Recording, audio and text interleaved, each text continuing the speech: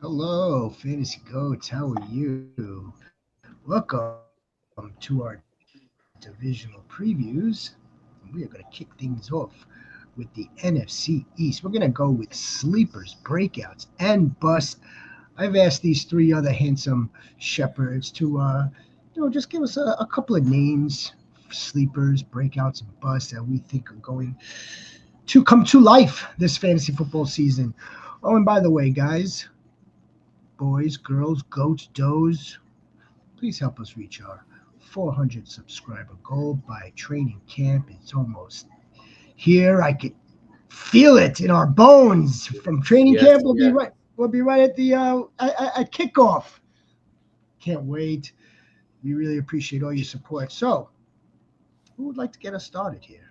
I mean, I'll go first. One of the sleepers I have is Jaydon Blue. oh, Um, Hey, I I have him knew, too. yeah, I figured you would. Yep. It's funny because you're when we talked to we covered running backs back in February. You're the one that brought him to my attention a little bit more, and the more Mhm. I paid attention to him, the more I saw and more I looked and investigated. I love this kid.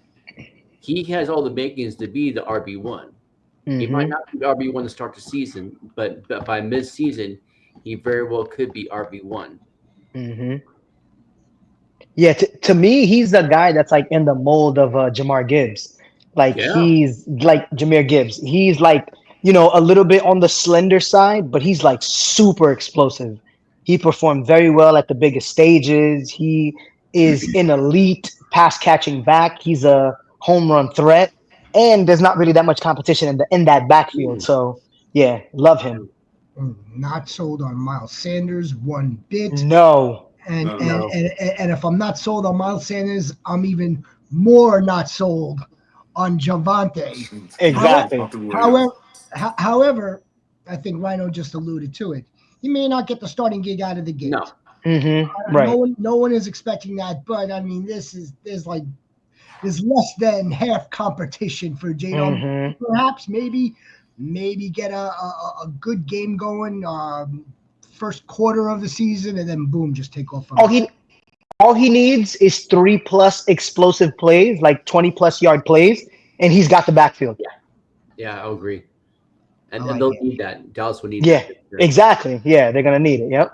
I'm all for Jaydon Blue as a sleeper in the NFC East. Do we have any other sleepers? We've got four teams in this division. hmm Is there I mean, anyone? I have a pretty sleeper. Tight end for the Commanders, Ben Sinnotte. I mean, Yeah. second hmm round pick, comes from the alma mater of mine, Kansas State. So I've been Nice. watching him for quite some time. He's super athletic, versatile. It just wasn't used last year because the veteran Zach Ertz was taking all the time. But eventually hmm they're gonna have to start getting him on the field, and if he's able to showcase what he can do, I think he'll start seeing more and more targets. Yeah, especially with the lack of weapons they have there. You Exactly. know, hmm we were kind of talking about this the other night about who's Janie Daniels going to be throwing to. You know, hmm and I think you did on about Sinat. I think Ben Sinnott is going like left for dead Yeah. Yeah. unless you are in like one of these really crazy deep leagues. Ben Sonata is not even a thought to be taken in any last round of any Not at all. regular No. on any regular draft. Yeah, this is someone that's going to start on the wire in most redraft, most seasonal leagues. And yeah, look, if we're not that high on Scary Terry and we think maybe Debo's going to come to play 50% of the time, yeah, someone else is going to have to do some work there. I like it. hmm I like it. And Zach Ertz is no spring chicken. No, he's not. He's No. what Right. 30? He's gonna be hmm 36 this year, I think. He's no spring chicken. Now, I guess Zach Ertz might be a hell of an athlete. Tremendous hmm catch, tremendous training regimen, but he's no spring hmm chicken. All right, why don't we shift from sleepers to breakout? Who's breaking out now? We need to define the difference between the sleeper and the breakout? I think just to lay it out there, just in case someone is wondering or questioning. Well, isn't it kind of the same? Well, no, it's not. hmm No. No. No, it's not. No, it's not. Um. I Oh, go ahead. I will go first this time. My breakout in that division, I think, is going to be Jaylin Hyatt. I No. think I think that Jaylin Hyatt is a guy. Jaylin Hyatt is a guy, is a very talented dude. He's a speedster. He's a long, lengthy guy. I think he's like 6'4", right? And honestly, I'm not really expecting much from a lot of the receivers in the Giants room. So if I were to, I guess, flip the coin on somebody who would have a breakout, it would have to be him because he hasn't really done much. So I think that it's possible he takes that next step. It's possible he actually becomes a part of this offense and is actually gets a bigger role. Yeah, I'll piggyback off of that final last thought. I would say if there was any type of case to be made for Jalen Hyatt, it would be the simple fact that number two target earner for the team is kind of left open. Right. It kind of is. It is kind of vacated. It could wind up really being any one of them. There are several other ones outside of Malik Neighbors, but Jaylin Hyatt's a breakout candidate. This show is on record. It will be stored on the library. Mm-hmm. NFC East Eric is calling Jaylin Hyatt goats. Yes, sir. Don't be surprised. We will not be surprised. Give us another breakout. Somebody give us a breakout. It started coming around on me, but I'm liking George Pickens more and more every day. I have him as one of my breakouts too. Yeah. Yeah, I Yeah. mean, because I sold myself on Dak, and CD Lamb can only have 1,700 receiving yards. He only can have 1,800 receiving yards. Right. You know what I'm saying? So he can't have all 4,000 of Dak's yards. And the more I think about him, like, man, why are we not talking about Pickens enough? He's going about wide receiver 30 right now. I think you can finish, high end wide receiver 2 range, like top 15, top 17. I think he'll have a real good consistent season. And I think why is because people are looking at his body of work with the Steelers, Yeah, never which had a, which I yeah. understand. I understand, but then if you're looking at that, you got to look at what the quarterback play was like too, and Exactly. take that in. Yeah, but it's like, Dak Prescott and clears them big time. yeah, and it's not like his numbers were horrible. Quarterback throwing Yeah. to him. Mhm. Exactly. They were never terrible, and now he has a consistent quarterback. I think, like I said, he's not going to be a wide receiver 1, but I think he can be a real high wide receiver 2. Oh, big time. He could be a league winner. Yeah. If this Dallas offense is firing on all cylinders, C.D. Lamb 1,700 receiving yards and over 100 catches. Well, someone else needs to get some of the pie. And it could be Curious George. We saw what Dak has been saying about him, how he separates, how he could get the ball, how he's doing all these things even when, the ball's not being thrown to him. Yeah, it's looking really nice. Or at least the preseason hype is in full effect for Curious George Pickens. I'm going to go with one real fast. I'm going to give the credit where the credit is due to my guy Fitzy over at Fantasy Pros. I'm going to go with the Giants backfield, the running back room. Okay. It's an ambiguous backfield, and he's right. The good thing about an ambiguous backfield or an ambiguous room, period, if you hit on the one, then you wind up cashing in. You wound up getting a really good price at a tremendous value. So I'm going to bank on one of either Tyrone, Tracy, or Cam Scatterboo. One of these dudes is going to have well over 1,000-yard rushing season, over 10 touchdowns, and will be the focal point of the Giants running back attack. Now, it may take a little bit of time to see how Brian Dable does divide up those snaps, those carries, those touches, but one of them should emerge. And when one of them does emerge, I think we're in for a really nice, fantastic value at running back. Because they're both in that ambiguous running back room, right? I'll have to look that up when we got the air. But do you see a place where they both can succeed? That's exactly what I was going to ask. Yeah. Yes, I do. Like a lightning thunder. Yeah, maybe like 1,800 yards combined. 15 touchdowns, I do see that scenario, but I don't. If the secondary role or like the goal line work goes to Cam Scatterboo, then it's like it's very, very touchdown dependent, and Tyrone Tracy would be the running back to roster on a regular full time basis, where like Cam Scatterboo would be the guy that you would have to maybe plug and play, and it would be, again, kind of like, rolling the dice on a week in, week out basis if it's going to be his week to score. Because if he doesn't score, he's not getting much else otherwise.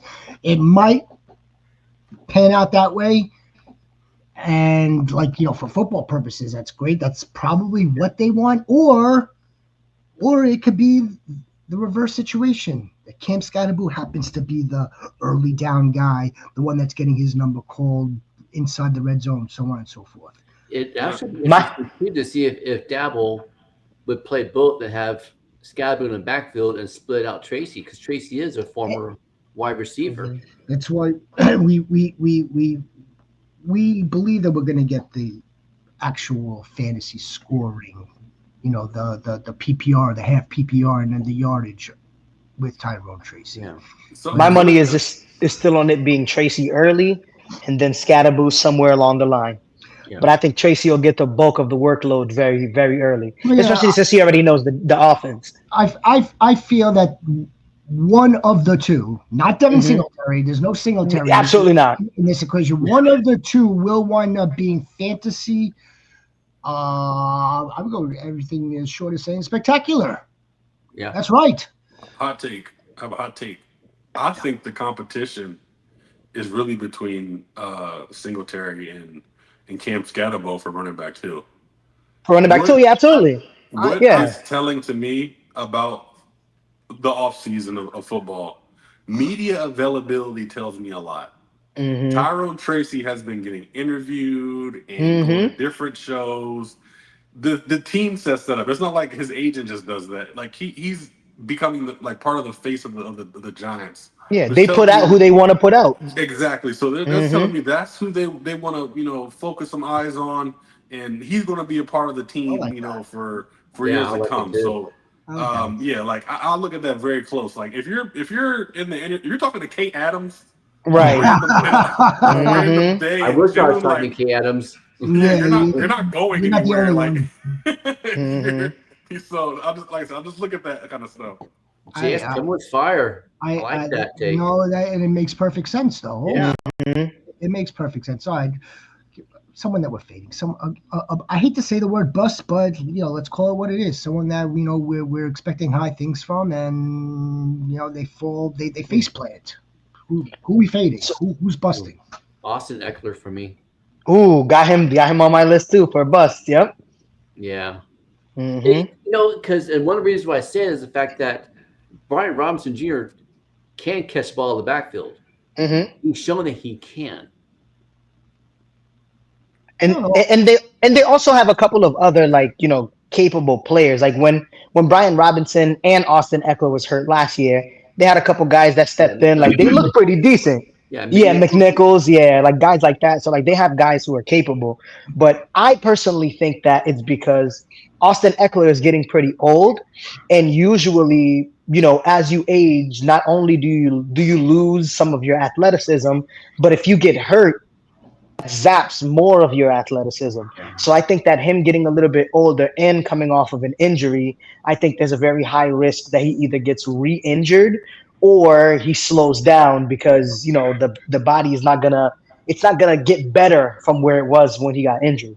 Hey, Eric, we were talking about him yesterday. Little known fact, because we didn't play a whole bunch of games or anything or a bunch of snaps, but Austin Ekeler finished top 10 in fantasy point per touch last year, which is absolutely crazy at 1.1 points per touch. Insane. But me personally, I'm about to go with his teammate. We kind of discussed it before, but I cannot get on the board with Terry McLaurin. I can't. The touchdown regression is coming. I don't know. Yeah, his price is too high. Yeah, way too high. And who knows if this contract goes into training camp? If it goes into training camp, I'm definitely fading all the way. No man can even touch him. I don't like when players miss training camp. There's rare athletes that can, but I don't believe Terry McLaurin is one of them. like you had to be like Aaron Donald or something in this training camp, but yeah. So that's where I'm with him. He's being drafted absolutely beyond his wildest ceiling has ever been. Mm-hmm. We don't hate the player, we don't hate the professional, the consistency, but last season was an outlier. I would definitely be fading him at that price. He will bust at that cost, and there may be market correction come late August, and then it might be more enticing. Or the other way that he's worth his price is if he were to get traded. That's Now, what if you were to get traded, to a team like a high-powered offense with a really good quarterback, then it's like, okay, then you can justify his price. I mean, but he doesn't he have a really good quarterback now? Yeah. No. He does, but the problem is the team doesn't want to pay him as much as he's asking for. So, like, if he were to get traded, that would resolve the problem because we would assume that wherever he gets traded, he's gonna get paid automatically. So like that's the only thing that changes it. Would you still fade him if he got traded to the Raiders? Yes, absolutely. Would I fade him if he got at his current price? Yes. That's a busy room. Also, what if there was a trade? What if it was Jacoby Myers going over to the Commanders? No, we wouldn't. Jacoby Myers to the Commanders and Terry. That would be. That would be pretty fire. That would be pretty fire. That would be pretty fire. But I love Jacoby Myers more. Probably. But all right. So let me ask you then that. Does the Scary Terry price stay the same going over to the going over to the Raiders? It wouldn't because part of his price is baked in that he's attached to Jaden Daniels. With Jaden Daniels, yes, absolutely, because we're not holding Jacoby Myers anywhere near that as a wide receiver. But if Jacoby Myers went to Washington, though, he'd be a steal. Yeah, then Jacoby Myers you would see creeping up the board. Absolutely. All right, we probably got time for one more bust unless we don't have a bust. Do we have a defense that we want to take out of this division other than the Eagles? So then there's the Giants. Only another. The Giants. Yeah, the Giants defense it was interesting, and on paper they're loaded. Yeah, and then if you, I think I just watched film of Abdul Carter the other day. It's like, oh yeah, holy crap, he's legit. He's going to open the door for Thibodeau. He's going to open the door for him. Now Thibodeau could actually be the person that he claimed. And they have Brian Burns too. Brian Burns, yeah. And they have a great young secondary too. JX, it's Abdul Carter on the edge, Brian Burns, Kayvon Thibodeau, and Dexter Lawrence. Yeah. That's a crazy front four. You know how fast Abdul Carter is? Yeah. How fast? Abdul Carter is so fast.